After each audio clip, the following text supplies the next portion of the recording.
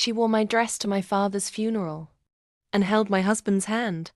The room went silent when they walked in.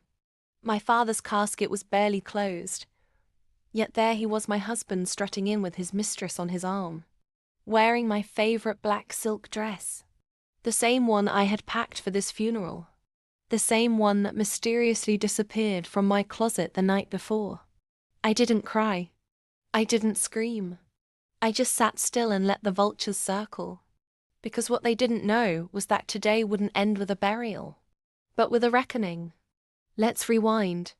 My father was a quiet billionaire, private, reserved, but he adored me, his only child. He always said, "If someone hurts you, baby girl, don't shout. Just sharpen your silence."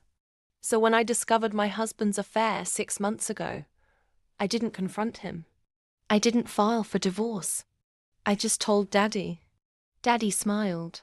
Then, behind the scenes, he made every legal move necessary.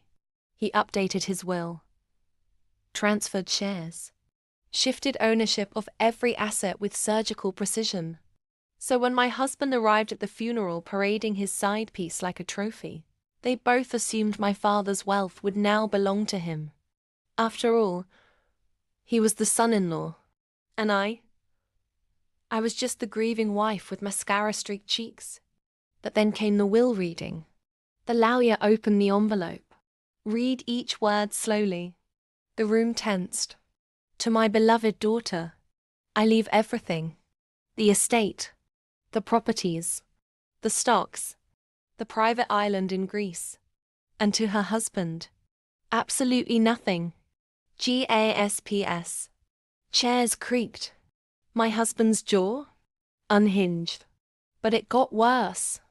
In fact, the lawyer continued, should my daughter choose to divorce her husband within 30 days of my passing, he will not only forfeit all claims to marital assets, but shall also be held responsible for repaying a $2 million loan I personally guaranteed under his name last year. See? That loan had funded a business he started to impress his mistress. A business I never signed off on, but my father did. Deliberately. My husband turned ghost white. His mistress, still wearing my dress, fainted into a bowl of sympathy snacks. I stood, slow and regal, then turned to him and said, "I'll be filing tomorrow."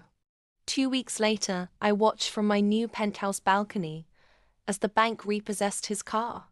He's broke, drowning in debt, and his mistress. She left him the moment the eviction notice hit the front door. Ladies, here's the lesson.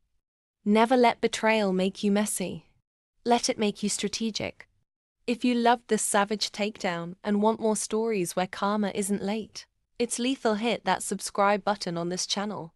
Because revenge, darling, is best served in your stolen dress with a champagne toast and a lawyer on standby.